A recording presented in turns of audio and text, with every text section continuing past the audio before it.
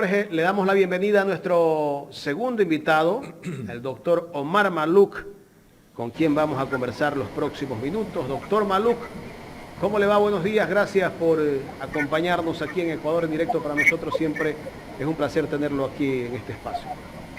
Buenos días, Jaime, un placer estar con ustedes.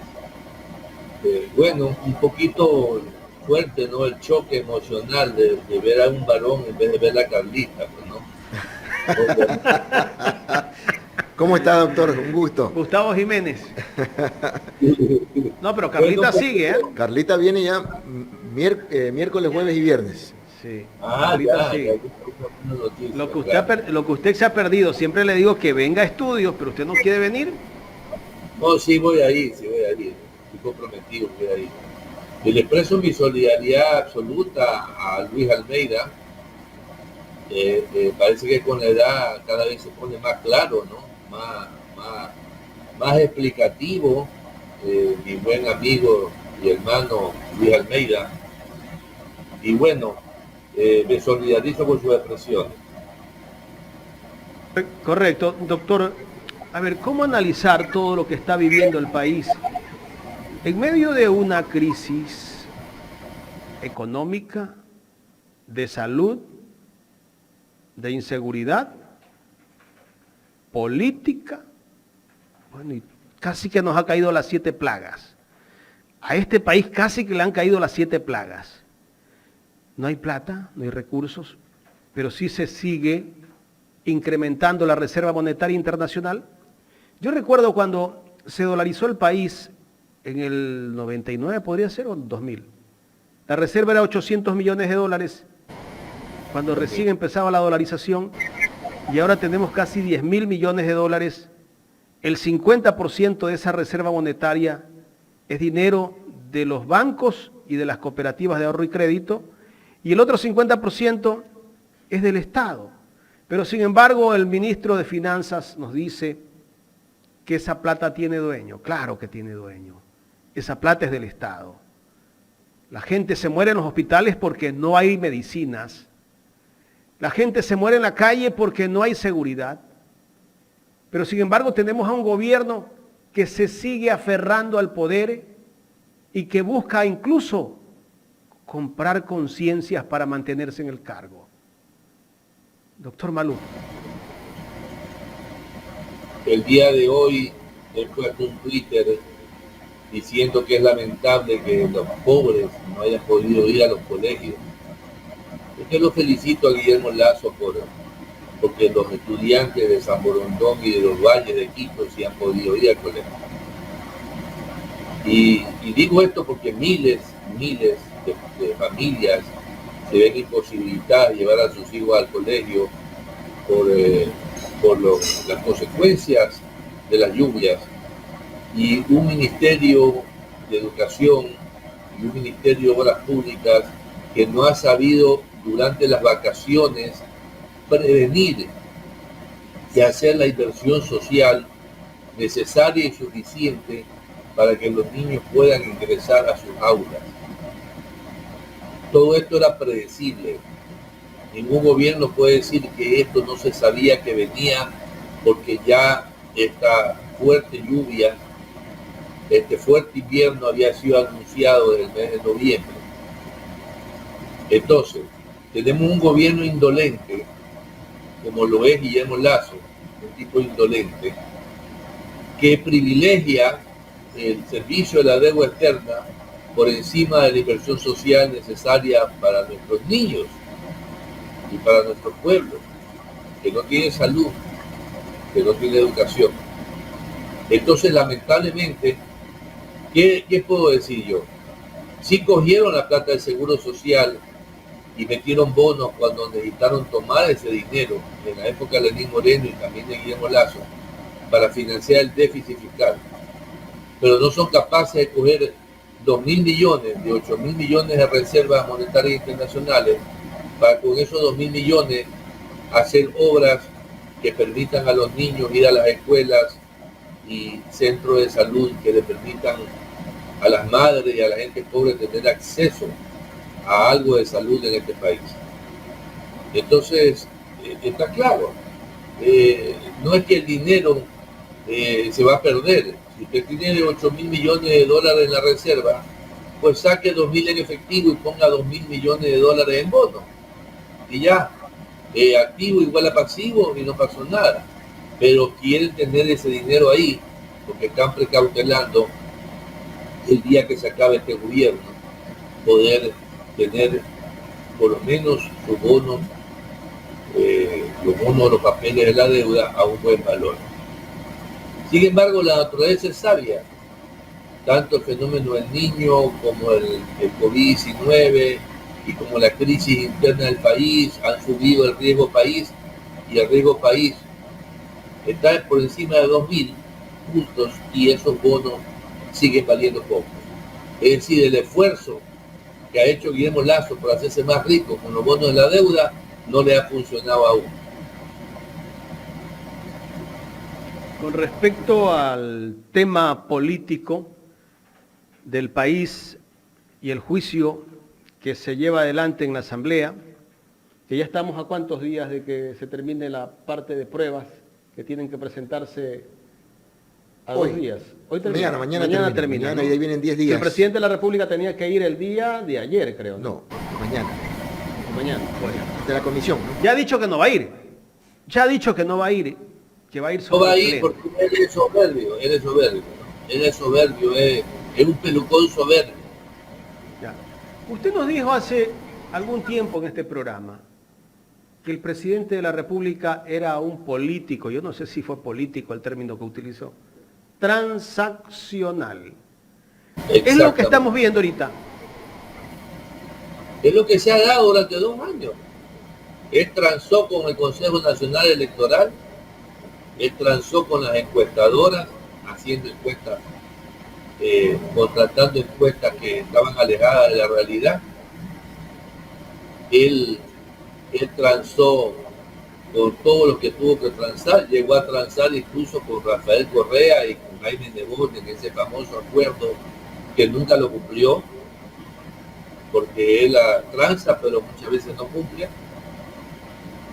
Y ha seguido transando en la Asamblea para aprobar sus leyes, transó para aprobar su ley de impuesto a la renta, y sigue transando con el que le venga en gana y que alimente sus intereses de su ideología neoliberal y de sus intereses económicos. Entonces este señor ahora está transando porque es un líder transaccional en base a dinero, en base a dádivas, en base a cambios, en base a puestos.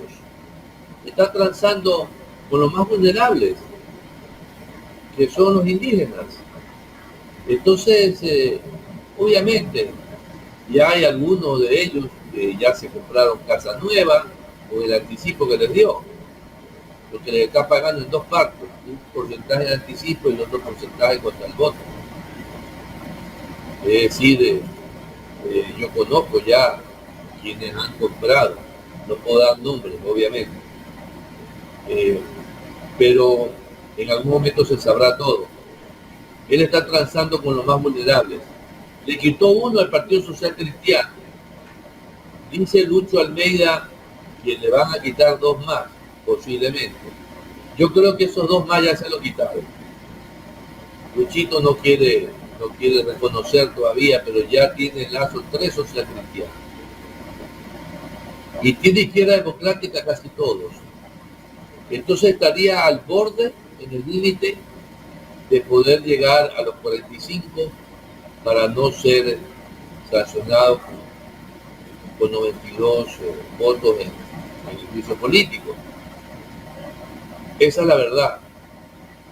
Y esa es la verdad de Guillermo Lasso y de su equipo. Doctor, ¿y cuál sería el escenario si el presidente de la República logra salvarse del juicio político? El escenario de gobernabilidad que tendría Guillermo Lasso para los próximos 2 años. Bueno, ya lo anunció Leonidas Issa, él es bien claro. Yo pienso que Issa es un tipo ideológicamente muy comprometido, muy decidido. Habrá problemas, pienso yo. no es que Isa haya amenazado, pero se siente en su manera de expresarse que está muy dolido con esta compra de conciencia de asambleístas de Pachacuti, que ahora buscan cualquier pretexto para alinearse con una serie de pelucones neoliberales que siempre han estado en contra de los intereses indígenas. Mire usted, el pelucón, uno de los pelucones número 1 de Guayaquil, el señor Ricardo Vanegas, amigo mío, y seguirá siendo mi amigo a pesar de este comentario, es un pelucón. Y Ricardo Vanegas resultó ser la Malinche, ¿no? Resultó ser el blanco que desmoronó a los indígenas. Yo lo veo así. O sea, llegó un blanco ahí a la asamblea en nombre de los indígenas y cogió a los indígenas y los dividió. Y entonces ahora, para mí, el futuro político de Pachacuti está muy cuestionado. Yo pienso que el pueblo ecuatoriano no va a perdonarle esto. Si los de Pachacuti tenían un 50% de la derecha y un 50% del lado de la izquierda, ese 50% que convenció Lazo en las elecciones, tal como César Monge, que está en cáncer, me lo comentó a mí y lo conversó conmigo, lograron virar una gran cantidad de gente de Pachacuti en las elecciones para poder remontar ese 10% que llevaban abajo y lograron superar. Redujeron el voto nulo de Pachacuti de 24% a 12%. Lo minimizaron, lo dividieron, lo partieron.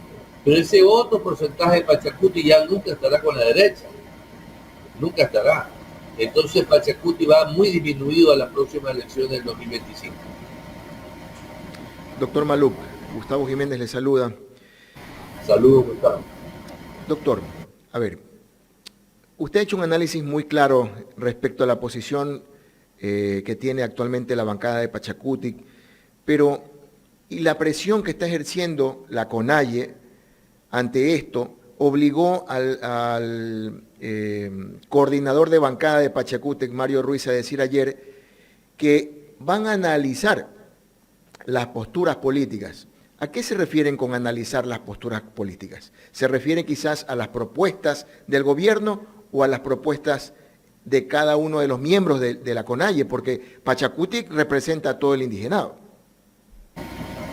Sí, lo que ellos están haciendo es buscando justificarse.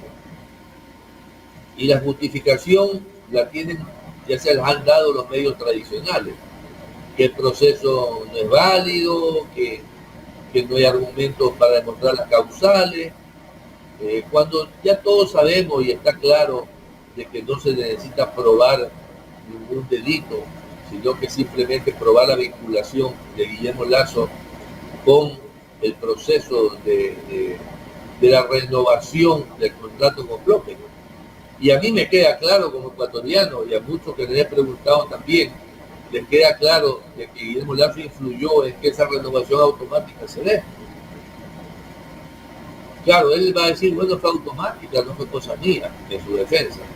Pero todos sabemos que un contrato de esa naturaleza, que tenía observaciones de la Contraloría y que tenía también una nota criminis de la misma Presidencia de la República, todos sabemos que el presidente de la República lo conocía muy bien y que sí usó el ciego, el sordo, el mudo, que quizás no tuvo ni en el país el día que se renovó automáticamente. Entonces, para mí sí hay vinculación. Pero la gente de Pachacuti que quiere votar por Don Dinero, lo va a hacer y buscarán las justificaciones políticas. Yo pienso que eso es lo que Mario Ruiz ha dicho. Vamos a buscar los argumentos políticos y no los vas a encontrar. O sea, si quieres encontrar argumentos a tu favor, vas a encontrar miles.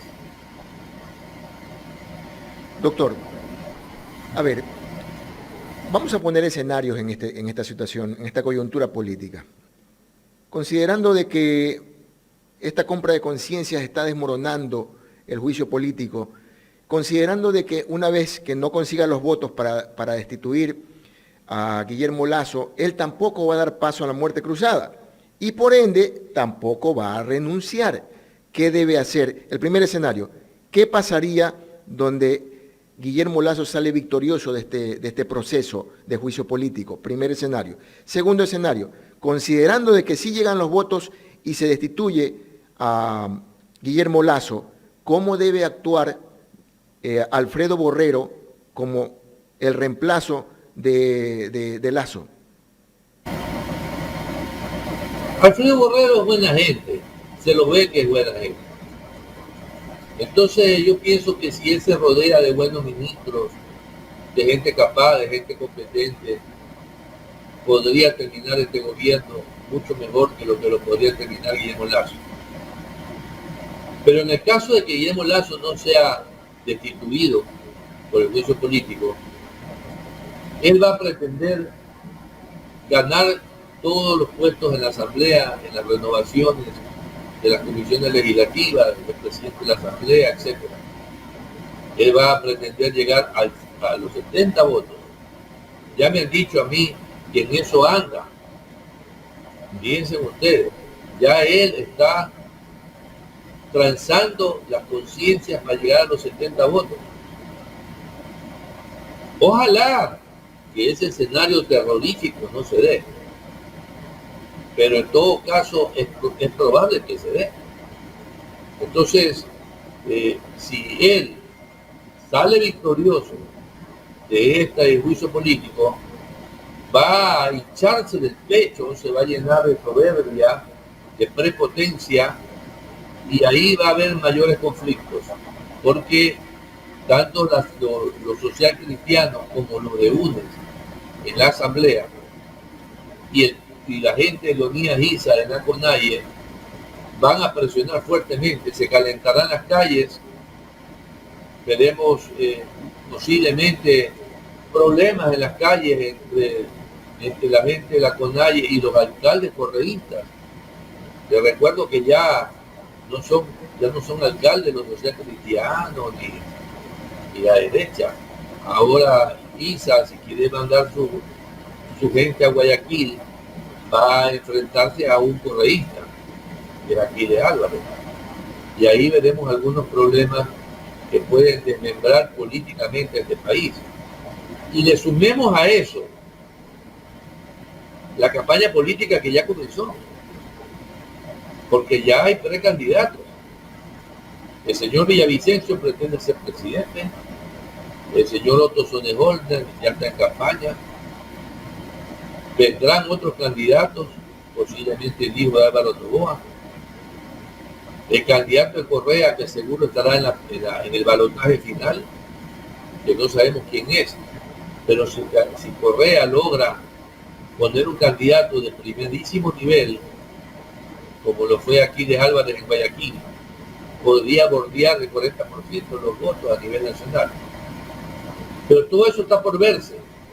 Nos espera una mitad del 2023 y un 2024 bastante complejo. Doctor, pero ahora todo está en la cancha de la Asamblea.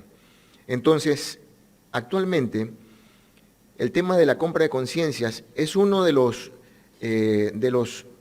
se puede decir, de los argumentos políticos que está utilizando este gobierno para poder librarse de la censura. Pero también está en la semana o quizás en los 20 días de la nueva elección a la presidencia de la Asamblea. Es ahí también una forma de negociar. Entonces, hay muchísimos analistas que están preocupados sobre la postura del actual presidente de la Asamblea. Ante eso, ¿cómo usted ve que van a actuar las bancadas opositoras para que el juicio finalmente sea digno? Porque al momento todo es confuso. El juicio lamentablemente ya está embarrado, ya no es digno. Termine lo que termine, ya no es digno. Entonces, a mí me preocupa que ya Virgilio Saquicela haya anunciado su reelección y que por otro lado Luis Almeida también pretende ser presidente de la Asamblea, y también UNES tiene su candidato para presidente de la Asamblea, y ese puede ser el punto de toque en el cual más coseche Guillermo Lasso, porque Guillermo Lasso en algún momento va a aprovecharse de esas debilidades políticas, de esas ambiciones, para poderlos dividir y Doctor, tener ¿se equivocó o lo dijo a propósito? Me equivoqué, no sea mal pensado. Oye, ¿ustedes creen que yo soy maquiavélico? Me equivoqué, es que los tengo a los dos aquí. Es que hoy no está Carlita. Es que Carlita me purifica. Ni la ñaña de este lo purifica. La ñaña de este también.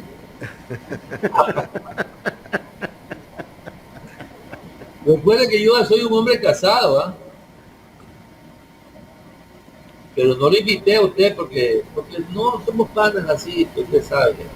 Claro. Muy cercano. Pero doctor, ya estoy casado, en serio. Doctor,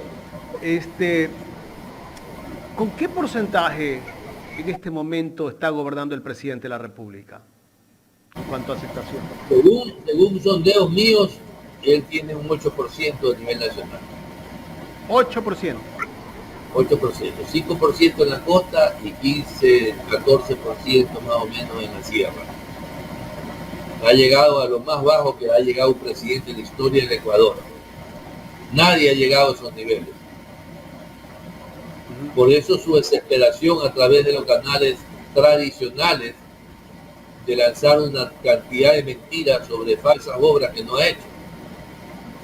O sea, obras que no son de él, que la ha inaugurado porque la había iniciado Lenín Moreno, y datos estadísticos que no son de acuerdo con la realidad. La CEPAL pronostica un crecimiento para Ecuador en el año 2023 del 2.5%, y Guillermo Lasso ha hablado del crecimiento del 5%, entonces imagínense usted que está al doble de lo que pronostican los expertos. Doctor, pasando al tema de la inseguridad que vive el Ecuador, la semana pasada nosotros conversábamos en este espacio con el doctor Felipe Vega de la Cuadra, quien fue viceministro de gobierno, ¿sí? Y viceministro de defensa.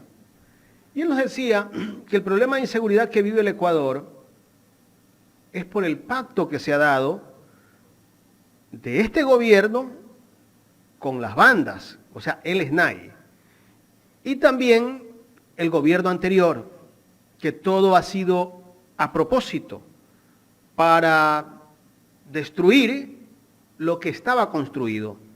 Desbarataron o desaparecieron el Ministerio de Justicia con un propósito. Desaparecieron al Ministerio Coordinador de Seguridad con un propósito. ¿Hasta qué punto puede ser real todo lo que nos dijo el doctor Felipe Vega de la Cuadra? Doctor Maluk. Hay indicadores como la de desaparecer de la coordinadora de seguridad, que era un elemento muy importante, un coordinador de seguridad. Imagínese usted que hayan guardias por todos lados, fuerzas militares, fuerzas policiales, y que nadie las coordine, ¿no? Por otro lado, el Servicio de Inteligencia Estratégica está domiciliado en Quito, que es la ciudad más segura del Ecuador. Yo no sé por qué no está domiciliado en Guayaquil, que es la ciudad más insegura del Ecuador. Entonces, hay indicadores que dicen que este gobierno, de alguna manera, no le conviene resolver el problema de la seguridad, como decir, mientras el país esté más inseguro, menos probable es que los militares o los civiles piensen en sacarme a mí, sino que están preocupados de la seguridad de ellos. Pero yo tampoco comparto 100% esa apreciación, como tampoco comparto la apreciación de personas como he escuchado Alberto Dají, he escuchado Emilio Palacios y otros políticos de ultraderecha, ya caduca y obsoleta. He escuchado de ellos decir de que el gobierno, los políticos de izquierda, en este caso los correístas o los de izquierda, fomentan estos grupos delictivos, narcoterrorismo. Yo pienso que el narcoterrorismo es una variable exógena que llegó al país procedente de Nicaragua, de Venezuela, de México, se instaló suavemente durante mucho tiempo y explotó con un gobierno incompetente. Pero pensar que los políticos están dedicados a hacer narcoterrorismo no tiene ningún sentido lógico, ningún sentido común. Eso no puede ser. Entonces, bueno, que cada uno elucubre, especule, saque sus conclusiones y sus conjeturas. Pero yo personalmente pienso que el narcoterrorismo es una variable exógena que nos vino de afuera durante mucho tiempo y que se incrementó con el gobierno de Lenín Moreno, que levantó todas las barreras de entradas al país. Todas las barreras de entrada al país las levantó Lenín Moreno. Y Lenín Moreno financiado por Lazo, porque Lazo ha sido siempre su gran aliado. Y llegó el gobierno de Lazo y todo el mundo esperaba que iban a tomar medidas un poco fuertes, como las que están tomando los chilenos ahora, por ejemplo, con los inmigrantes, y sin embargo no pasó nada. El gobierno de Lazo ha sido más débil, más tolerante, más suave con el problema de los inmigrantes y con el problema del narcoterrorismo que lo que fue el de Lenín Moreno. Correcto. ¿Qué tipo de gobierno necesita el país para poner orden en este momento? ¿Quién podría ser que tome un liderazgo para arreglar los problemas que tiene este Ecuador? No alguien que nos diga que en 100 minutos los arregla. Solamente hay dos políticos en el Ecuador capaces de hacer eso. El uno está en Bélgica y el otro está aquí en Isla Mocodí. Que tengan poder de decisión, ¿no? O sea, que sea político con carácter fuerte como para resolver los problemas actuales. Yo les soy honesto, me los conozco a todos. El que está en Bélgica y el que está en Mocodí. Claro, porque si tenemos a otro gobierno como el que está en este momento ejerciendo el cargo, nos vamos peor, más adentro todavía. Sí, definitivamente este es un problema de liderazgo de masas, en donde el presidente propone una idea y todos van a una como fuente ovejuna. Y los dos únicos presidentes de este país que han logrado hacer eso a nivel nacional han sido, voy a dar los nombres, Rafael Correa y Jaime Nebot. Entonces, Abdalá Bucaram, que era otro tipo fuerte de carácter, no lo dejaron por su rivalidad eterna con Jaime Nebot. A él no lo dejaron. Pero son los únicos. Entonces, por eso es que yo estoy a favor del juicio político, porque yo sé que entre ellos dos, Correa y Nebot, pueden llegar a un acuerdo a través de la presidencia de Borrero para poner ministros de categoría y determinar líneas concretas para salvar a la patria. Doctor, ¿y cómo lo ve usted a Leonidas Issa, quien en este momento intenta tomar el liderazgo de la CONAIE y que, bueno, es uno de los pocos dirigentes que lo hemos visto que de alguna manera está siendo muy severo contra este gobierno? Es un gran tipo. Yo tuve la oportunidad de conocerlo una sola vez, que me pidió una asesoría y tuve que irme hasta allá, hasta Payatanga para reunirme con él. Leonidas Issa es una persona que demuestra una personalidad muy sólida, una ideología muy recta y un líder. Entonces, me parece que es un buen tipo. Yo pienso que tiene buenos chances de llegar a la segunda vuelta en las próximas elecciones, pero su propio partido lo está boicoteando, porque la actitud de la Pachacuti en la asamblea es desastrosa. Entonces ellos mismos están boicoteando al mejor candidato que tienen. ¿Y cómo analizarlo a Don Villa, que también quiere ser candidato a presidente? ¿Tendrá posibilidades? Yo tuve una experiencia con Don Villa desagradable, porque yo estuve presente, puedes ver en el Twitter, un Twitter que puse anoche. Sí, lo vi.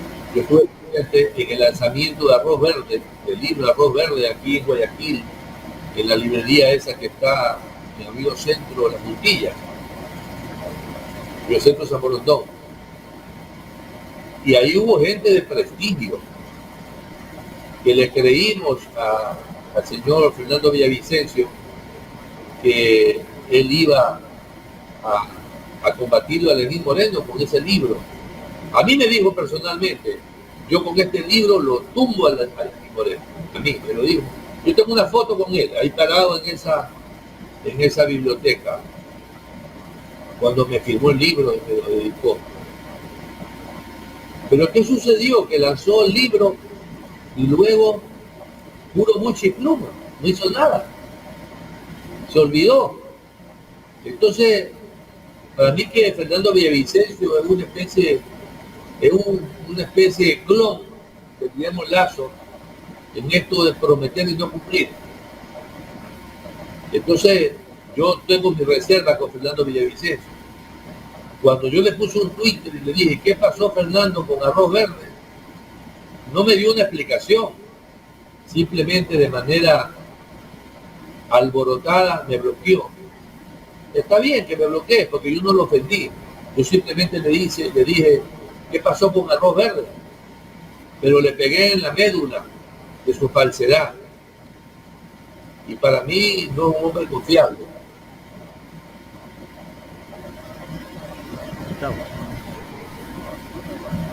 Ok, doctor Maluf. El Ecuador está pasando momentos muy difíciles, no solamente en lo político. El tejido social está totalmente destrozado. Y encima de eso, tener que enfrentar un gobierno insensible ante tantos hechos que son evidentes, el tema climático, el tema delictivo, el tema de la falta de empleo, el tema de salud, que es una prioridad mantener la vida de los ecuatorianos, definitivamente ha sido despreciado por este gobierno. Y es muy evidente eso. Pero, ¿qué nos espera luego? Hace pocos días, un diario tradicional sacó una foto del actual ministro de Economía y Finanzas junto a una representante del Fondo Monetario Internacional con un titular lapidario que decía: Ecuador tiene que enfrentar los próximos 3 años el pago inclemente de las deudas a las multilaterales, cerca de 25.000 millones de dólares en el 24, 25 y 26. ¿Qué nos espera para estos 3 años? Se le dijo a Guillermo Lasso y se le dijo a Martínez, al ministro Martínez, se le dijo a Martínez sobre todo, por Twitter, por televisión, por medios digitales, esa refinanciación, ese crédito con el Fondo Monetario Internacional no es sostenible en el tiempo. No va a poder pagar. Esto tiene que ser reestructurado.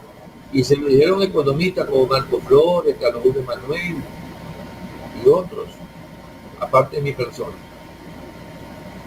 Entonces, va a tener que reestructurar esa deuda. Pero el problema de la reestructuración ahora es que el riesgo país está en 2.000 puntos. Entonces, cuando lo vaya a reestructurar, va a pagar un interés mucho más alto. Entonces, ahí está el problema de no haber hecho bien las cosas desde el comienzo. El refinanciamiento con el Fondo Monetario Internacional fue malo. Y ahora vamos de mal en peor, porque la refinanciación o la reestructuración, mejor dicho, porque no es cuestión de refinanciar, solamente. Es cuestión de reestructurar la deuda, tirándola ya no a 4 o 5 años, sino que tirándola a mínimo 10 años. Y si eso no lo hacen, van a tener serios problemas y todas las reservas que tienen guardaditas en la Reserva Monetaria Internacional se le van a hacer agua y las van a perder pagándole al Fondo Monetario Internacional. Y como el señor Lasso es un fiel servidor del fondo, entonces lo va a hacer. Y entonces nos quedaremos sin presupuesto, sin inversión social y sin reserva monetaria. Eso es lo que posiblemente pasa. Y esto queda hipotecado para el que venga, no solamente para el actual gobierno. Obviamente, si Guillermo Lasso solo refinancia y no reestructura, es decir, coge los vencimientos que vienen y los tira para adelante, le va a dejar un serio problema al gobierno que viene, que va a tener que hacer una reestructuración completa de la deuda externa. Todo esto por haber hecho una mala reestructuración de la deuda. Espantoso lo que nos espera. Definitivamente esta situación no puede seguir en manos de alguien que de alguna manera no ve los intereses propios del pueblo, no ve los intereses del pueblo. Y es obvio porque ¿cómo le podemos pedir a un banquero, a un hombre que ha trabajado toda la vida dentro de del negocio con dinero ajeno, cómo le podemos pedir que se proyecte en función de las necesidades de quien le dio el voto? ¿Cómo lo podemos hacer? Difícilmente lo vamos a lograr. Un banquero podría proyectarse. Fíjense, le voy a dar un ejemplo. Álvaro Noboa es banquero. Tiene un banco. Pero tiene una proyección social enorme ese señor. Quienes lo conocemos realmente. Pero este señor Guillermo Lasso no tiene ninguna sensibilidad social. Es un tipo, es una culebra fría. No tengo otra palabra que decirle, es una culebra fría. Y peligroso. Tiene que morder. Es un diablo y culebra al mismo tiempo. Doctor, en el hipotético caso de que Guillermo Lasso no tenga los votos para salvarse, se viene el escenario de la muerte cruzada. ¿Quién podría tener la posibilidad en una elección dentro de 6 meses para llegar al poder? El candidato de Correa. Por ahí hay otros candidatos que podrían meterse en un balotaje, que pueden ser Javier Herbas, puede ser el mismo Otto Sonnenborner y puede ser Leonidas Issa. Ir a un balotaje contra el candidato de Correa significa mayor probabilidad de perder. Si el candidato de Correa es malo, no ganará. Si el candidato de Correa es un buen candidato, como lo fue Aquiles Álvarez en Guayaquil, entonces será ganador. Correa puso en estas elecciones seccionales candidatos en diferentes cantones de la costa que yo encuesté, Machala ganó por 30 y tanto por ciento. Tarajal perdió, Durán perdió, Quevedo ganó, Babahoyo ganó, Buenafé ganó, Bocache ganó, perdió en Vinces, perdió en Puerto Viejo y perdió en Mano. Entonces, ganó en Valencia, ganó en Ventanas. A ver, ¿qué le quiero decir con esto? El abanico de un candidato de Correa con una elección popular va del 30 al 40%. ¿Usted me recuerda cuánto sacó un Andrés Arauz? Creo que 32 o 33%. Sí. Bueno. Eso fue la primera vuelta. En la primera, claro. Bueno, claro, estoy hablando de primera vuelta. Porque las elecciones municipales equivalen a una primera vuelta. Claro. Hay candidatos de Correa, de correísmo, que sacaron menos del 30% en las elecciones excepcionales. Y hay candidatos del correísmo que sacaron el 40%. Hay uno que sacó el 48%, que fue Alexis Matute de Quevedo. Hay otra señora de buena fe que también sacó casi el 40 y tantos por ciento, por encima de eso. Pero podemos decir, desde el punto de vista científico, con 20 datos de 20 cantones, hechos por mí, que cualquier candidato de Correa va a estar entre el 30 y el 40%. ¿Podría ser el mismo Andrés Arauz? Claro, pero Andrés Arauz se va a acercar al 30%, ¿sí me explico? En cambio, ese candidato es muy bueno. Hablemos de una posible figura como quién. Alexis Matute de Quevedo es un buen candidato. Tiene usted ahí en Manta un candidato que ganó la alcaldía con el 62%. Yo le puse el 62%. Y me dijo, Omar, no te van a creer. Que es Agustín Impriago, que no es correísta, no es lacista, pero es un tipo, digamos, que está en el medio, digamos. Hay candidatos como Aquiles Álvarez que sacó el 40%. Hay candidatos que han sacado porcentajes altos. Entonces, Correa tiene que apuntar a los que pueden llegar a ese 40%. ¿Y quién podría ser esa figura? ¿Paola Pavón, tal vez? Después de Andrés Arauz. No, porque Paola Pavón tiene un sesgo muy de la serranía. Andrés Arauz, que ya es como neutro, ¿no? Sí, Arauz es un candidato neutro, pero yo digo, yo tengo mi duda si él podría ganar esta vez. ¿Carlos Rabascal? Rabascal es un buen perfil también, buen perfil, pero no ha sido medido en elecciones. Porque si usted se pone a pensar cuánto le aportó en votos Rabascal a Arauz, y la respuesta es muy poco. Muy poco. Claro, porque si yo te estoy diciendo que un candidato de Correa debería sacar mínimo el 30, y Arauz sacó el 32 o el 33, podemos decir que Rabascal pudo haber aportado con el 2 o el 3%. Claro. Entonces, yo en política, yo como científico, nunca me autoengaño, ni engaño a mis amigos. Yo digo la verdad. Eso le ha gustado a Barón Novoa, eso le ha gustado a los correístas, aquí de Álvarez, que le dije la verdad. Yo hice las encuestas de Álvarez y de Marcela Guiñaga. Doctor, finalmente de mi parte, ahí viene Gustavo. Si en caso de que se daría esa muerte cruzada, tendría una elección en 6 meses, podría ganar el correísmo, que es el que tiene mayor fuerza en este momento. Si llegase a ganar un candidato Correa estaría tal vez en corto tiempo acá en nuestro país. Y tal vez podría ser parte del equipo de asesores de ese gobierno. ¿O no? Pero eso no es peor que se quede Guillermo Lazo. Lo peor que le puede pasar a este país es que se quede Guillermo Lazo en el poder. Claro. O sea, yo no soy correísta, ni soy lacista, ni soy negocista, pero o sea, tú me dices cuál es el peor de los males.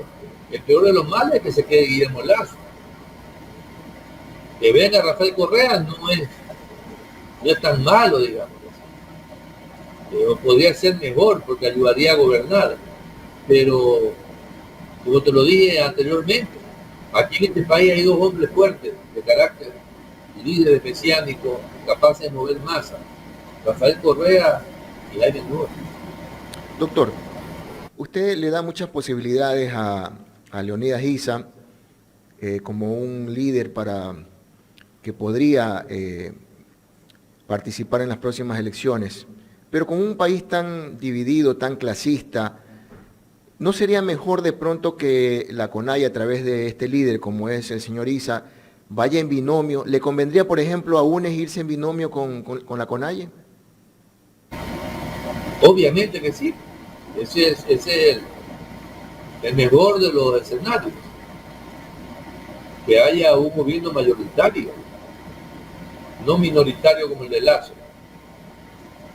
Fuera minoritario, pero fuera un presidente con carácter, fuera diferente, pero es un gobierno minoritario y con un presidente sin carácter. Entonces, a mí me parece que una alianza, correísmo, CONAIE, sería una muy buena alianza. Yo veo difícil que se dé, porque yo, en mis encuestas a nivel nacional, yo les recuerdo que yo me recorrí el país 10 veces, incluso en plena pandemia. Hay fuertes diferencias entre la gente de la CONAIE y el correísmo. Son diferencias que son de alguna manera insalvables. De acuerdo. Y entonces, ante estas posibilidades, ¿usted cree, doctor, que lo más conveniente para este país es que se llegue a consensos entre los partidos más, entre los movimientos o partidos más representativos dentro de la sociedad? Que en este caso sería, por ejemplo, UNES y bueno, parte de la CONAIE, porque también Pachacutic es parte de la CONAIE y de alguna manera hoy en día estamos viendo cómo se está manifestando Pachacutic. Lo mejor que le puede pasar al país es cuando se eligió, cuando se pusieron de acuerdo los partidos políticos, no me acuerdo ese pacto, cómo se llamó, no sé si Jaime se acuerda de ese pacto, que lo pusieron a León Febres Cordero y al primer alcalde, al candidato a presidente, perdón. Fue un pacto para enfrentar a la izquierda. En esa época se dio ese enfrentamiento de León Febres Cordero contra Rodrigo Borja, en que inclusive Ángel Duarte, que era candidato, desistió y se allanó a León Febres Cordero, en una final que fue de infarto. Quizás al Ecuador le convenga algo así, independientemente de quién gane, ya sea que gane el candidato del correísmo o que gane el candidato de una alianza, pero que sea una alianza con un político de centro, no con uno de derecha. Un político de centro que pueda unificar la derecha con la gente de izquierda que no quiere ser correísta. Quizás es lo mejor, así como existe en Estados Unidos el Partido Republicano y el Partido Demócrata. Quizás lo mejor es que haya acá el correísmo de Correa y el centrismo de una alianza. ¿Puede ser eso lo mejor que le suceda al país? Doctor, muchas gracias, doctor. Doctor, tengo una inquietud de Win Zárate, dice, el doctor Maluk sabe de estadísticas. ¿Debería analizar las estadísticas cuando gobernó Correa en relación al desarrollo con este gobierno? Yo sí las he analizado. ¿Quién dice que debería? Yo las he analizado. Los primeros 4 años del gobierno de Correa fueron espectaculares. Pero cuando ya la economía se desarrolló y creció por encima del 5%, 6%, siguió con el crecimiento, recalentó la economía. En los segundos 4 años, cuando fue reelecto, recalentó la economía, la inflación llegó creo que al 7-8%, el nivel de empleo bajó al 3.5%, el nivel de desempleo, y la recalentó, entonces hizo un cierto daño. Le faltó meter freno. Rafael Correa le faltó meter freno en su desesperación por hacer más y más obras y más obras. Es un hombre populista, es un tipo populista, que tiene ese afán de hacer obras y obras y obras, pero desde el punto de vista económico tampoco se puede abusar de esa metodología, porque el mismo movimiento neo-keynesiano dice en sus postulados que hay que aumentar la inversión y hacer participar al Estado en el desarrollo económico en la medida que no lleguemos a una inflación alta. Es decir, llegamos a nuestro producto potencial y entonces la inflación empezó a subir en el Ecuador y empezó a causar daño. Entonces yo sí he analizado el gobierno de Correa. ¿Quién dice que no lo ha analizado? Lo he analizado como estadístico y lo he analizado como economista, que soy una maestría en economía. No tengo el título de economista, pero tengo una maestría en economía y dirección de empresas. Y soy fundador de 2 carreras de economía en el Ecuador, la de la UNI y la de la UNI. Doctor, ya en la recta final de esta entrevista me voy a saltar otro tema.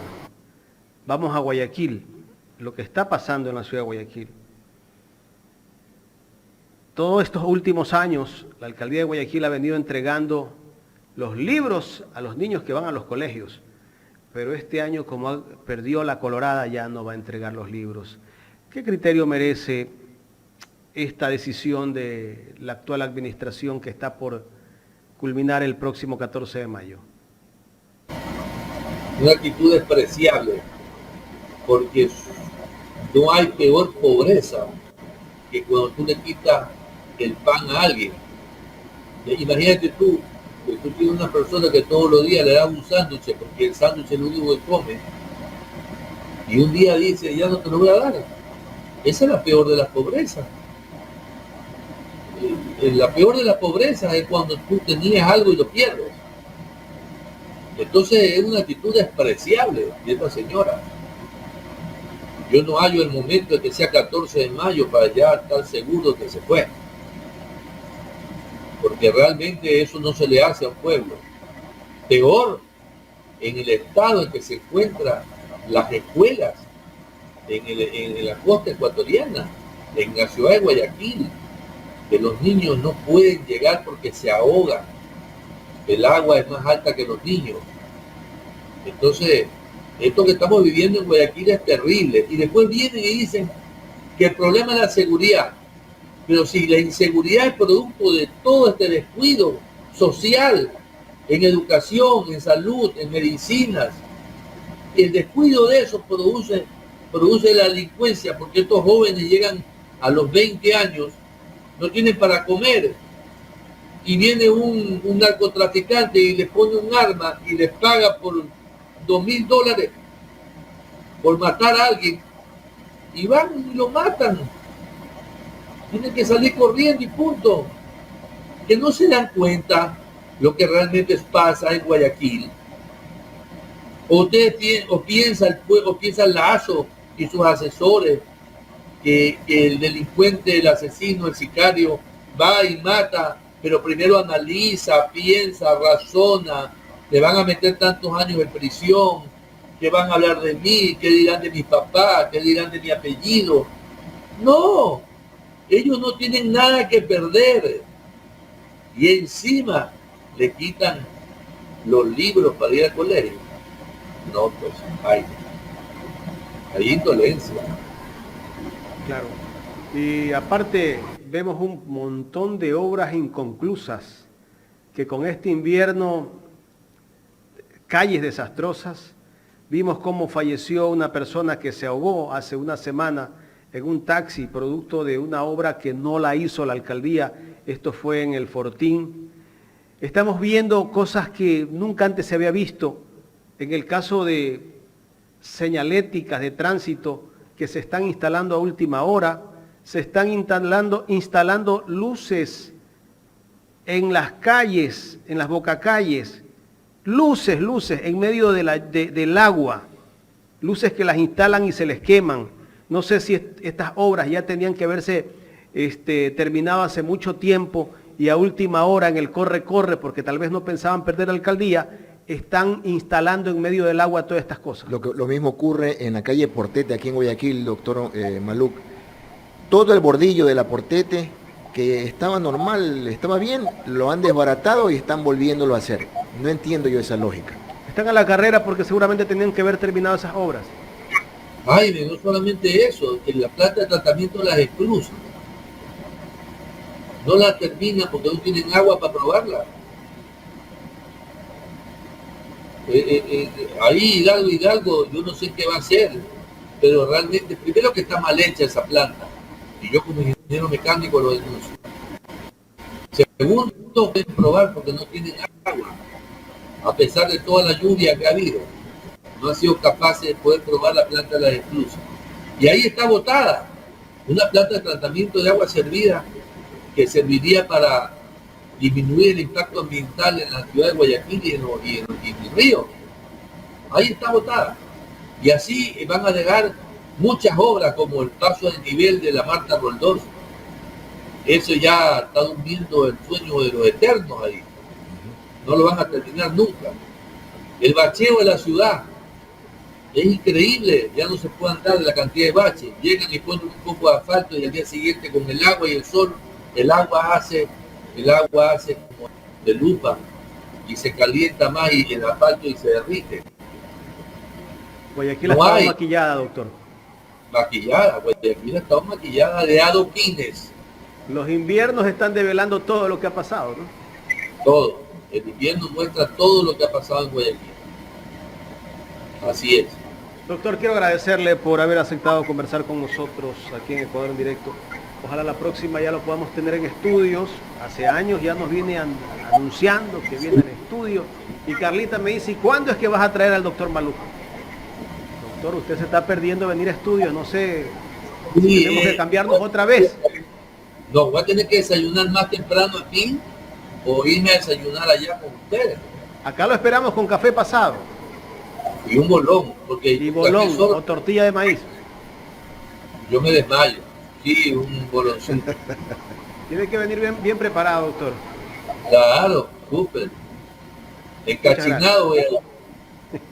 Muy amable, doctor Maluk. Un abrazo. Por su participación. Hasta luego.